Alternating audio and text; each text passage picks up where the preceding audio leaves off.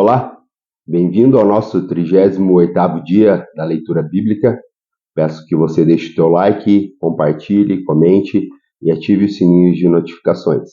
Hoje, no nosso 38º dia, iremos fazer a leitura de Gênesis no capítulo 40, iremos até Marcos no capítulo 10, retornaremos a Jó no capítulo 6 e, por fim, finalizaremos em Romanos no capítulo 10. Hoje a nossa leitura em Gênesis, no capítulo 40, nós iremos falar sobre José interpretando sonhos na prisão. Diz assim, Gênesis 40. Algum tempo depois, o copeiro e o padeiro do rei do Egito fizeram uma ofensa ao Senhor, o rei do Egito. O faraó irou-se com os dois oficiais, o chefe dos copeiros e o chefe dos padeiros, e mandou prendê-los na casa do capitão da guarda, na prisão em que José estava. O capitão da guarda os deixou aos cuidados de José, que o servia. Depois de certo tempo, o copeiro e o padeiro do rei, que estavam na prisão, sonharam. Cada um teve um sonho, ambos na mesma noite, e cada sonho tinha a sua própria interpretação. José foi vê-los na manhã seguinte, notou que estavam abatidos. Por isso perguntou aos oficiais do faraó, que estavam também na prisão da casa do Senhor: por que hoje vocês estão com semblante triste? E eles responderam: tivemos sonhos, mas não há quem os interprete. Disse José: não são de Deus as interpretações? Conte-me os sonhos. Então o chefe dos copeiros contou o sonho a José. Em meu sonho eu vi diante de mim uma videira com 3 ramos. Ela brotou, cresceu e deu uvas que amadureciam em seus cachos. A taça de faraó estava em minhas mãos. Peguei as uvas e as espremi na taça do faraó e entreguei nas suas mãos. Disse José: esta é a interpretação. Os 3 ramos são 3 dias. Dentro de 3 dias o faraó vai exaltá-lo e restaurá-lo à sua posição. E você servirá a taça na mão dele, como costumava fazer quando era copeiro. Quando tudo isso estiver indo bem com você, lembre-se de mim e seja bondoso comigo. Fala de mim ao faraó e tira-me dessa prisão, pois fui trazido à força das terras dos hebreus, e também aqui nada fiz para ser jogado neste calabouço. Ouvindo o chefe dos padeiros essa interpretação favorável, disse a José: eu também tive um sonho. Sobre a minha cabeça havia 3 cestos de pães brancos. Na cesta de cima havia todo tipo de pão e doces que o faraó aprecia, mas as aves vinham comer da cesta que trazia na minha cabeça. E disse José: essa interpretação, as 3 cestas são 3 dias. Dentro de 3 dias o faraó vai decapitá-lo e pendurá-lo numa árvore, e as aves comerão a sua carne. 3 dias depois era o aniversário do faraó, e ele ofereceu um banquete a todos os seus conselheiros. Na presença deles, reapresentou o chefe dos copeiros e o chefe dos padeiros. Restaurou a posição ao chefe dos copeiros, de modo que ele voltou a ser aquele que servia a taça do faraó. Mas o chefe dos padeiros mandou enforcar, como José lhes dissera em sua interpretação. O chefe dos copeiros, porém, não se lembrou de José, ao contrário, esqueceu-se dele.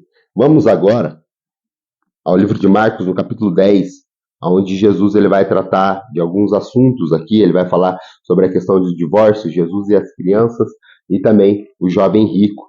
E Jesus começa o discurso dele através de Marcos, no capítulo 10, dizendo assim, verso 1. Então Jesus saiu dali e foi para a região da Judéia e para o outro lado do Jordão. Novamente uma multidão veio a ele e, segundo o costume, ele a ensinava. Alguns fariseus, aproximando dele para pô-lo à prova, perguntaram: é permitido ao homem divorciar-se de sua mulher? Ele perguntou: o que Moisés ordenou a vocês? Eles disseram: Moisés permitiu que o homem lhe desse uma certidão de divórcio e a mandasse embora. Jesus respondeu: Moisés escreveu esta lei por causa da dureza do coração de vocês. Mas no princípio da criação, os fez homem e mulher. Por essa razão, o homem deixará o pai e a mãe e se unirá-se à sua mulher. E os dois se tornarão uma carne. Assim, eles já não são mais 2, mas sim uma só carne. Portanto, que o Senhor uniu, ninguém o separe. Quando estava em casa novamente, os discípulos interrogaram Jesus sobre os mesmos assuntos. E ele respondeu: todo aquele que se divorciar de uma mulher e se casar com outra estará cometendo adultério contra ela. E se ela se divorciar de seu marido e se casar com outro homem, estará cometendo adultério. Alguns traziam crianças a Jesus para que ele tocasse nelas, mas os discípulos o repreendiam. Quando Jesus viu isso, ficou indignado e lhe disse: deixem-me vir as criancinhas, não os impeçais, pois o reino dos céus pertence e são semelhantes a elas. Digo a verdade: quem não o receber no reino de Deus como uma criança, nunca entrará nele. Em seguida, tomou uma criança nos braços, impôs-lhe as mãos e abençoou. Quando Jesus ia saindo, um homem correu em sua direção e se pôs de joelho diante dele e lhe perguntou: Bom mestre, que farei para lhe dar a vida eterna? Jesus lhe respondeu: Por que você me chama de bom? Ninguém é bom a não ser um, que é Deus. Você conhece os mandamentos: não matarás, não adulterarás, não furtarás, não dará falsos testemunhos, não enganarás a ninguém e honrará teu pai e tua mãe. E ele declarou: Mestre, a tudo isso eu tenho obedecido desde a minha adolescência. Jesus olhou para ele e o amou. Falta uma coisa em você, disse ele. Vá, venda tudo o que você possui e dê dinheiro aos pobres, e você terá um tesouro no céu. Depois, venha e siga-me. Diante disso, ele ficou abatido e afastou-se, triste, porque tinha muitas riquezas. Jesus olhou ao redor e seus discípulos disse: Como é difícil os ricos entrarem no reino dos céus. Os discípulos ficaram admirados com essa palavra, mas Jesus repetiu: Filhos, como é difícil entrar no reino de Deus.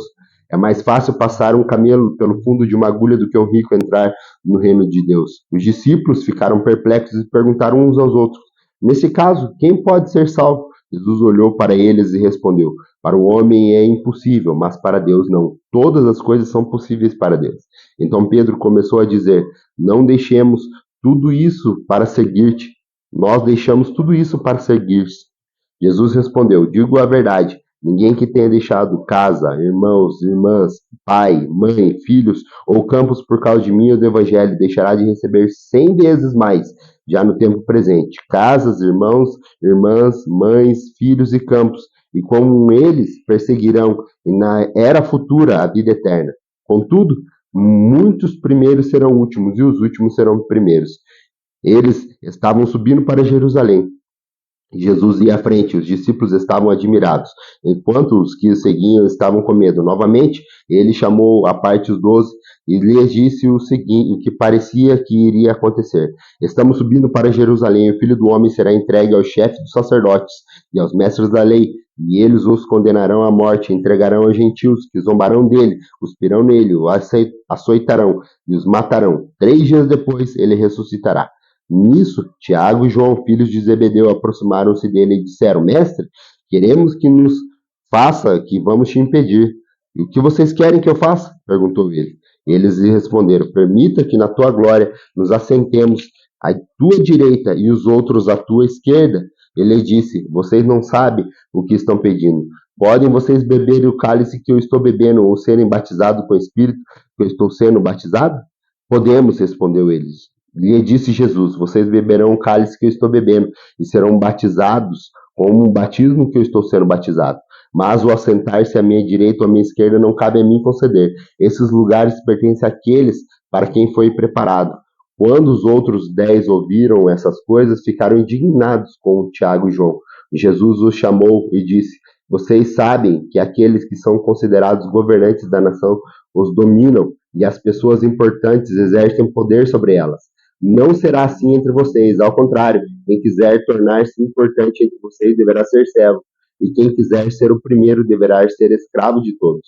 Pois nem mesmo o Filho do Homem veio para ser servido, mas para servir e dar a sua vida em resgate de muitos. Então chegaram a Jericó, quando Jesus e seus discípulos, juntamente com uma grande multidão, estavam saindo da cidade. O filho de Timeu, Bartimeu, que era cego, estava sentado à beira do caminho, pedindo esmola. Quando viu que era Jesus de Nazaré, começou a gritar: Jesus, filho de Davi, tem misericórdia de mim. Muitos o repreendiam para que ficasse quieto, mas ele gritava ainda mais: Filho de Davi, tem misericórdia de mim. Jesus parou e disse: Chame-no. E chamaram o cego: Ânimo, levante-se, ele o está chamando. Lançaram a sua capa para o lado, e de um salto pôs-se em pé e dirigiu-se a Jesus. O que quer que eu faça? Perguntou-lhe Jesus. O cego respondeu: Mestre, eu quero ver. Vá, disse Jesus, a sua fé o curou. Imediatamente ele recuperou a visão e seguiu Jesus pelo caminho. Vamos agora em Jó, no capítulo 6, aonde após Jó ouvir o diálogo com seu amigo, agora ele responde. Jó, capítulo 6, verso 1. Então Jó respondeu: Se tão somente pudessem pesar a minha aflição e pôr na balança a minha desgraça, veria que o peso é maior do que a areia dos mares. Por isso as minhas palavras são tão impetuosas, as flechas do Todo-Poderoso estão cravadas em mim. O meu espírito suga delas o veneno, os temores de Deus me assediam. Zurra o jumento selvagem, se tiver capim? Muge o boi se tiverem folhagem? Comem-se sem sal uma comida insípida? E a clara do ovo, que tem algum sabor? Recuso-me a tocar nisso. Esse tipo de comida causa-me repugnância. Se tão somente fosse atendido o meu pedido, se Deus me concedesse o meu desejo, se Deus me dispusesse a esmagar-me e soltar a mão protetora e eliminar-me, pois eu ainda teria o consolo, minha alegria em meio à dor implacável de não ser negado às suas palavras do santo. Que esperança posso ter se não tenho forças? Como posso ter paciência se não tenho futuro? Acaso tenho força de pedra? Acaso a minha carne é de bronze? Haverá poder que me ajude agora que os meus recursos se foram? Um homem desesperado deve receber a compaixão dos seus amigos, mas embora ele tenha abandonado o temor de Deus, mas os meus irmãos enganaram-me, como riachos temporários, como os riachos que transbordam. Quando o degelo os torna turvos e a neve que se derrete os faz encher, mas que param de fluir no tempo da seca, e no calor desaparece dos seus leitos.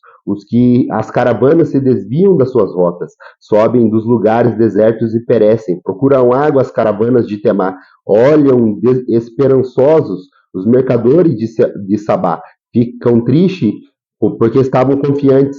Lá chegaram tão somente confiantes para sofrer decepções, pois agora vocês de nada me valeram. Contemplam minha temível situação e se enchem de medo. Alguma vez pedi a vocês que me dessem alguma coisa? Ou da sua riqueza pagassem resgate por mim? Ou que me livrasse das mãos dos meus inimigos? Ou que me libertasse das garras de quem me oprime? Ensinam-me e eu me calarei. Mostram-me onde eu errei, como doem as palavras verdadeiras. Mas o que provam os argumentos de vocês? Vocês pretendem corrigir o que foi dito? Prepara como vento as palavras de um homem despreparado? Vocês seriam capazes de pôr em sorteio o órfão e de vender um amigo por uma bagatela. Mas agora tenham a bondade de olhar para mim. Será que eu mentiria na frente de vocês? Reconsiderem a questão. Não sejam injustos. Tornem a analisá-la, pois a minha integridade está em jogo. Há alguma iniquidade em meus lábios? Será que a minha boca não consegue discernir a maldade? Nós vamos agora fazer a última leitura do nosso dia. Está lá em Romanos, no capítulo 10, onde o apóstolo Paulo fala da incredulidade de Israel. Diz assim, Romanos 10:1. Irmãos, o que desejo do meu coração e minha oração a Deus pelos israelitas é que eles sejam salvos. Posso testemunhar que eles têm zelo por Deus, mas o seu zelo não se baseia no conhecimento. Porquanto, ignorando a justiça que vem de Deus e procurando estabelecer a sua própria, não se submeteram à justiça de Deus, porque o fim da lei é Cristo, para a justificação de todo aquele que crê. Moisés descreve dessa forma a justiça que vem da lei. O homem que fizer essas coisas viverá por meio delas. Mas a justiça que vem da fé diz: não diga em seu coração, quem subirá aos céus? Abre parênteses, isto é, para fazer Cristo descer. Fecha parênteses. Ou quem descerá ao abismo? Abre parênteses, isto é, para fazer Cristo subir dentre os mortos. Fecha parênteses. Mas o que ela diz? A palavra está perto de você, está à sua boca e em seu coração, isto é, a palavra de fé que estamos proclamando. Se você confessar com a sua boca que Jesus é o Senhor e crer em seu coração que Deus o ressuscitou dentre os mortos, será salvo. Pois como o coração se crê para a justiça e com a boca se confessa para a salvação. Como diz a Escritura, todo o que nele confia jamais será envergonhado. Não há diferença entre judeus e gentios, pois o mesmo Senhor é o Senhor de todos e abençoa ricamente todos os que invocam, porque todo aquele que invocar o seu nome será salvo.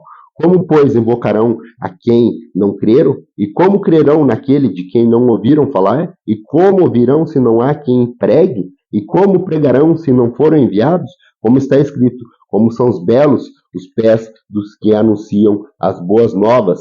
No entanto, nem todos os israelitas aceitaram as boas novas, pois Isaías diz: Senhor, quem creu em nossa mensagem? Consequentemente, a fé vem pelo ouvir a mensagem, e a mensagem é ouvida mediante a palavra de Cristo.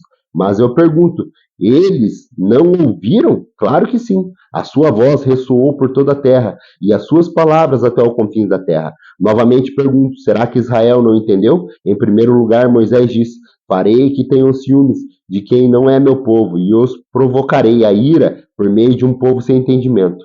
E Isaías diz ousadamente: fui achado por aqueles que me procuravam, revelei àqueles que não perguntaram de mim. Mas, a respeito de Israel, ele diz: o tempo todo estendi as mãos a um povo desobediente e rebelde.